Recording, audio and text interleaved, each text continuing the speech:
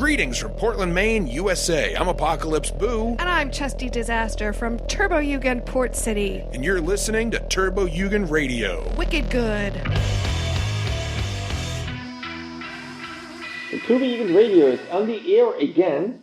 And at this point, I'm very proud and humbled yet again to introduce another member of the band that we all love, Turbonegro, to the podcast. And at this point, I'm very proud to have a brand new member of Turbonegro on the phone, and he goes by various names as we are finding out. His real name is Haakon-Marius, and I like to call him the Crown Prince. And Happy Tom even goes as far as referring to him as His Majesty. And so Haakon-Marius, welcome to the podcast. And I can only speak for the Turbojugend that we cannot wait to have you on and just getting to know you as a person. Well, thank you very much.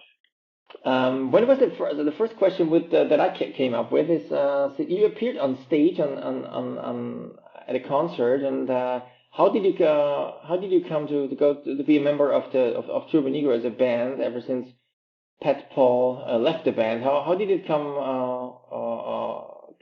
How did you get into the band actually? Well, I guess it all started to happen around the time they were recording the new song Hot for Nietzsche, and they basically wanted some piano or some keyboards back in the band again. Hasn't been any since the great old Haakon-Marius left the band. So I kind of knew some of the guys from before, and they just gave me a call if I could come around in the studio. Mm-hmm. And I did. It was just great fun. We just had a lot of musical references in common, and had a great time. Drank a lot of beer and played rock and roll. Yeah. And at what point did Happy Tom or Rooney or any other band member approach you and ask you, do you want to become an official member of Turbonegro? Well, they were doing some shows last November here in Norway, and actually it was the Euroboy that kind of emailed me and asked, if I want to join and just check it out live, how it would work out. And I thought, yeah, that would be great. You just have to learn all the songs. Mm-hmm. But that was, it was a pretty natural thing.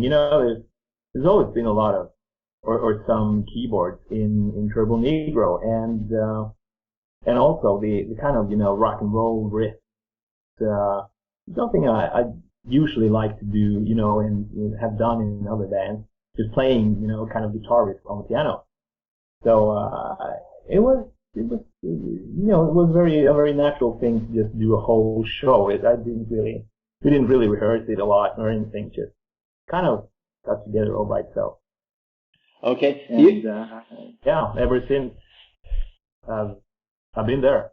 Okay, you were mentioning your musical background, so this is certainly a point of interest. The common musical background of you and Turbonegro.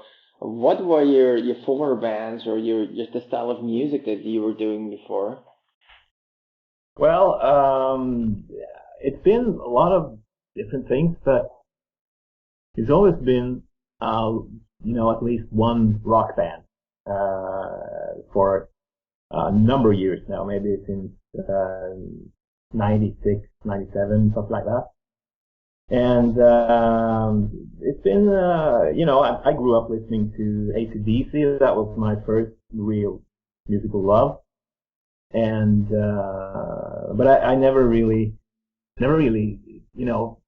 played the guitar. We have the piano back home, and I thought it was just awesome to sit by the piano and play this rock song. AC/DC songs and stuff like that on piano, and that's kind of been a big thing with later bands and just playing rock, but only on the keyboard, not on the guitar. And I think maybe a lot of people see keyboards as this non-rocking thing, and that's I think piano was the very first instrument in rock and roll, way back in the 50s and the 60s. You had Jerry Lewis and this what's his name, the black guy, I can't remember his name. You're asking me the wrong music genre, probably. Elvis is probably not a black guy, for all you young guys out there. Elvis. Yeah, no. Speaking of, what's his name? This guy is probably the first Turbonegro in the world, this really wildcat, and being an African American. We'll come with I'll come back to him. Yeah, well, it'll come up. Yeah, it'll come up. So it's just that's been it's been an interest of mine, just doing rock, but on keyboard. So it's very natural. Feels very good and very natural to be in Turbonegro, and very grateful for it. When was the first time that you listened to Turbonegro as a young lad, and when was the first time that did you ever back home before you were invited by Euroboy? Was there a time before when you tried to play Turbonegro on a keyboard and a piano? Well, yeah. Funny you should ask. There's been a couple of incidents, actually. I remember around about 99 or 2000 or something like that, Turbonegro was becoming really huge in kind of the underground rock environment in Norway. Because they've had released a couple of years before that. They have the Apocalypse Dudes album, and then basically the band disappeared. They broke up, and really this really big following of punks and just basic rocker came to really play at parties and stuff. Everybody started to play Turbonegro, and it became this cult phenomenon that I really remember a lot. Like the first couple of songs on the Apocalypse Dudes, the Pamperius Opus. It's really basically kind of like feels like the soundtrack to my youth in a way. So Turbonegro was very very popular in with the people I used to hang around with. And I remember there was this I think it was a tribute or something to Turbonegro. This was back in the Alpha Motherfuckers. Sorry? Was it the Alpha Motherfuckers, the CD?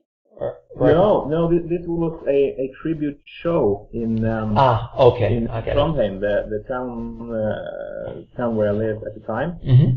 And it must have been around the Scandinavian Leather album, I think. Everybody was just, very happy that they were back together. They released some new album, some new music and stuff. And there was this tribute concert, a tribute to Turbonegro, I think the evening was called. And I played there with this band of mine. It was kind of like a 70s rock band. It was called Fuckface. Mm-hmm. Good name.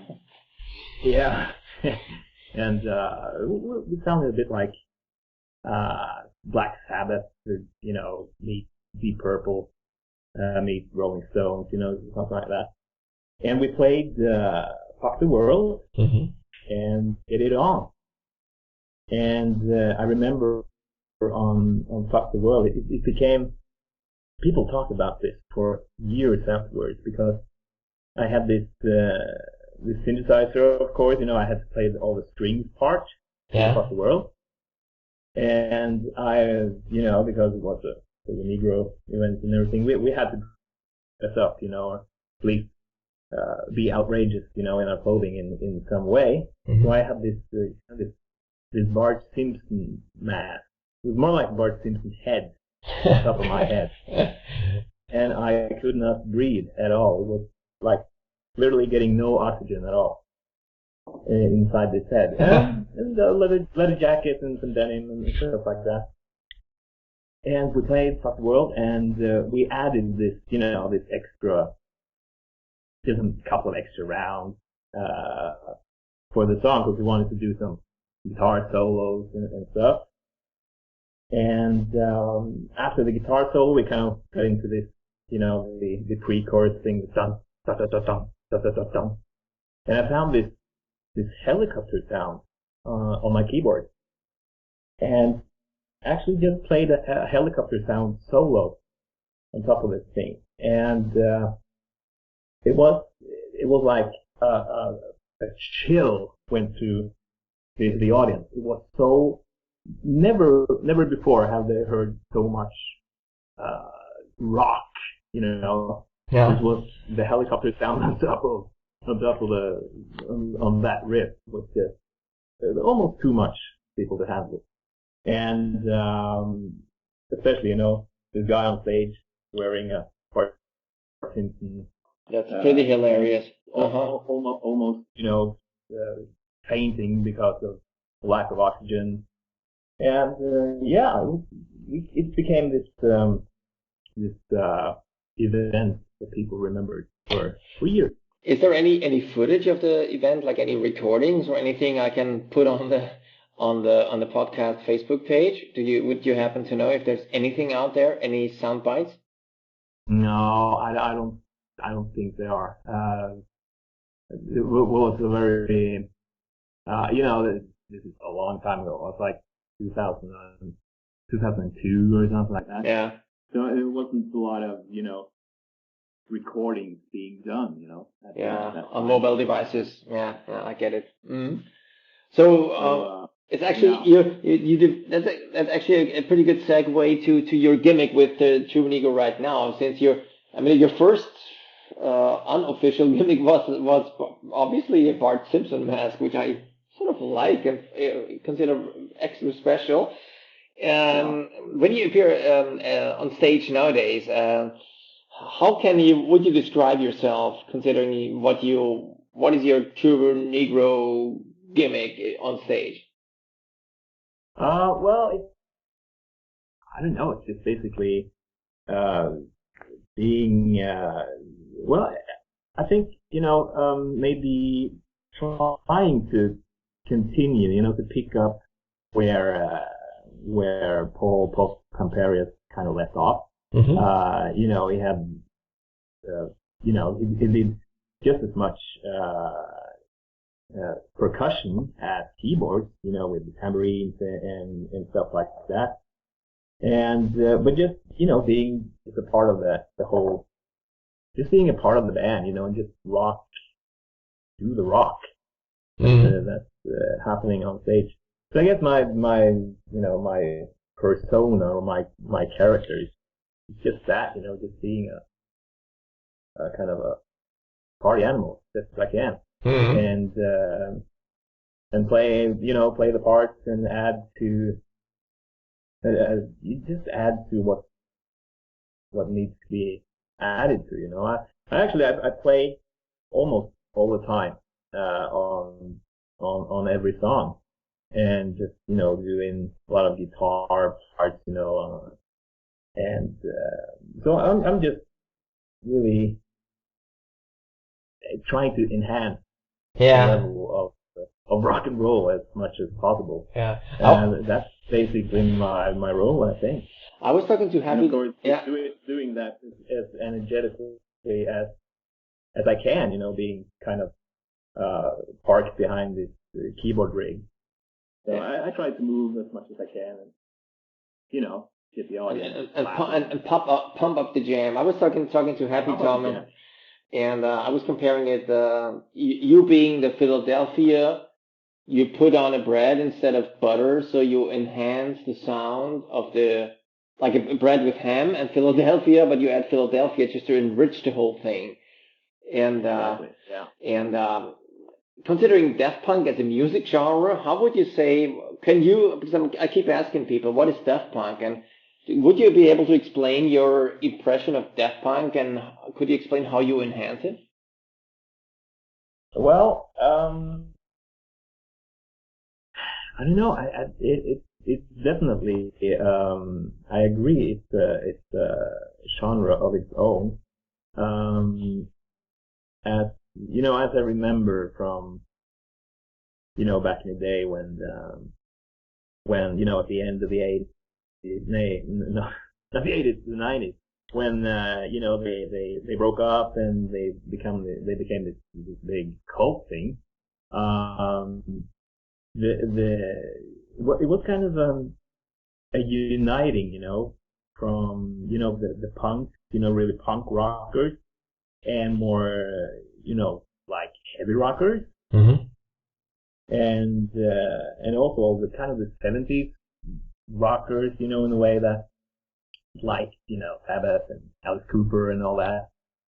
It was like a kind of a uniting of all those groups of people, and I think that's probably what I come to think of, as the defining thing of Death Punk.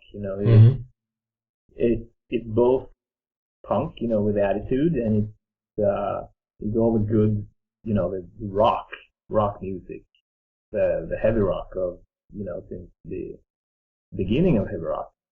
So it kind of unites all these rockers in a real nice way. It's very including, So yeah, that's probably what I think of, and how I enhance it. I don't know. It's kind of bold, maybe, for a punk band to bring in keyboards, as as kind of a instead of an extra guitar, if you know what I mean. Yeah, it's a bold move. So, just throw in a keyboard. How about that? Throw in the keyboard, and I think that is also the great thing about Turbonegro. They're not afraid to do stuff like that. If it really sounds so much cooler with a piano, playing the riffs, playing along, with the riffs of Get It On, and you got to do, instead of your guitarist, and that's pretty awesome, It's really taking the music quite seriously, and I like that. So what's your you seem to be able to improvise a lot on stage, because that's what I sort of picked up from watching you in Cologne at the concert, and what Happy Tom told me, and as far as I understand you, that you have the capability of improvising on stage. That must make you, and it's a thing that Happy Tom also mentioned, must make you a pretty damn good musician. What is your musical background as far as musical education goes? Well, there's not much education to talk about, really. I did 3 years of high school, after the kind of the regular 9 years of school that you have to do. Yeah. It's called videregående in Norwegian. Isn't that high school? It's not college. Probably the 4 years before college, right? Anywhere between 15 and 20 somehow. I think it's regulated differently in various countries, but I get what you mean. Yeah. So I did 3 years of music. There was this kind of music line, you know, if you can call it that, music directed line of school. I come from this very, very small village, you know, far up the coast of middle Norway. And, you know, everybody, when they get to, you know, the age of 15, they have to move away, because, you know, there is no schools in, you know, for miles. Yeah. So I had to, you know, move to another town and just live on my own, which was awesome, and met a lot of, you know, similar guys, you know, and gals, and we just had a lot of fun. And school became like, I wouldn't say second priority, maybe third or fifth priority. Okay. And we were never there. We were never at school. Like, so just, you know, partying and jamming and we made lots of different bands and played lots of different music. And that really is my education. I didn't get any. I flunked, you know, at school. I didn't do well at all. So and after that, I've just been, you know, playing in different bands. With Fuckface, of course, when I moved to Trondheim after this. Okay. So it's basically by practicing it and doing it out of joy. Yeah, basically. Just, you know, I think I learned everything I know just by playing with other people. And that's, yeah, been a great school. Then again, I can't read music. I can't. I'm not very good in musical theory and stuff like that. But I never really needed that. So. But it eventually ended up in Norway's best independent band or mainstream underground band, Turbonegro. So that's quite an achievement. Considering your relation to Turbojugend, to finish the conversation, is in how far do you regard Turbojugend? Are you also a member yourself? And how was the first months in the band dealing with the Turbojugend? Well, first off, I'm not a member myself, but I know quite a few people that are members. So and also former members. And so I've been around Turbojugend for, you know, decades. Decades. But it's around since, you know, the early 2000s. I've been around a lot of Turbojugend, and it's been very good. You know, I have to say, maybe one of the most dedicated fans, audiences I've ever witnessed, you know. Mm-hmm. Quite amazing, you know, and I'm very amazed that there are so many Turbojugend everywhere, you know. In every city that we come to, there is always, you know, always Jugend there. Slow to Turbojugend, and it's great fun, you know. We couldn't do it, you know, without Turbojugend at all. So I really appreciate the whole thing. That is. What are the chances of you becoming a member of Turbojugend? Or on the podcast, should there be any listeners out there trying to drag you into their own Jugends, or does it make no sense to ask you to join their Jugend? Well, I don't know. Isn't it kind of aren't there kind of strict rules for being a Turbojugend? There are a whole set of rules, yeah. Yeah.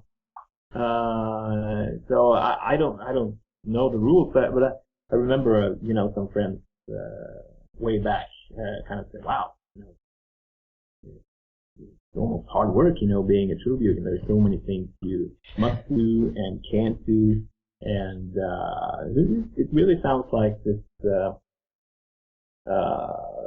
Well, it sounds like there's a lot of things, a lot of stuff you have to do. It's a hope. I would definitely like to hear, what you got to do to be a Turbojugend, active Turbojugend. So that's great fun. That's a shout out to all the listeners out there. Right. If you ever get a hand on the Crown Prince or His Majesty, just inform him, talk to him, explain everything he needs to know about the Turbojugend, and just hope that he's not dropping down without the like below the Simpsons mask because he's just overwhelmed by the information by tons of the people. So, my dear Crown Prince, I thank you very, very much for your time you took for Turbojugend Radio and all the new information we got. And I'm happy to have you on the band. I'm happy to listen to the Philadelphia cheese and our bread of ham with the music that you enhance. And I cannot wait to meet you in person. And I really hope that you'll be a member of the band for all the years to come and really enhance the whole death punk music that we all grew to love and like, and I just can only wish you all the very best, and for the band, and I cannot wait to see you on stage again. Well, thank you very much. So talk to you next time, and stay on board.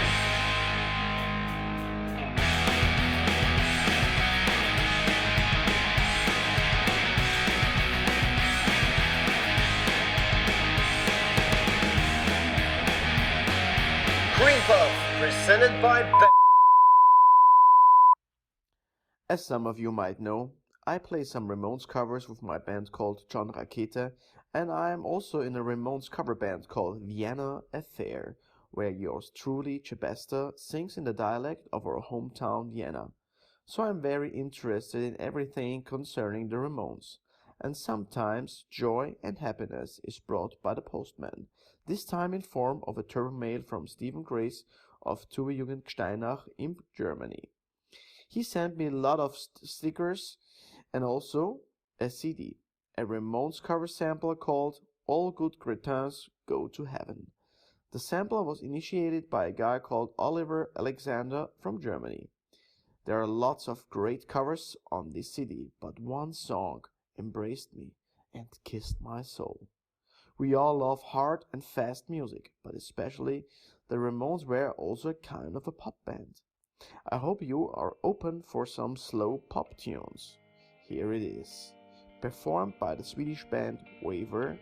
The song is called Then He Says, one of Joy's most favorite songs.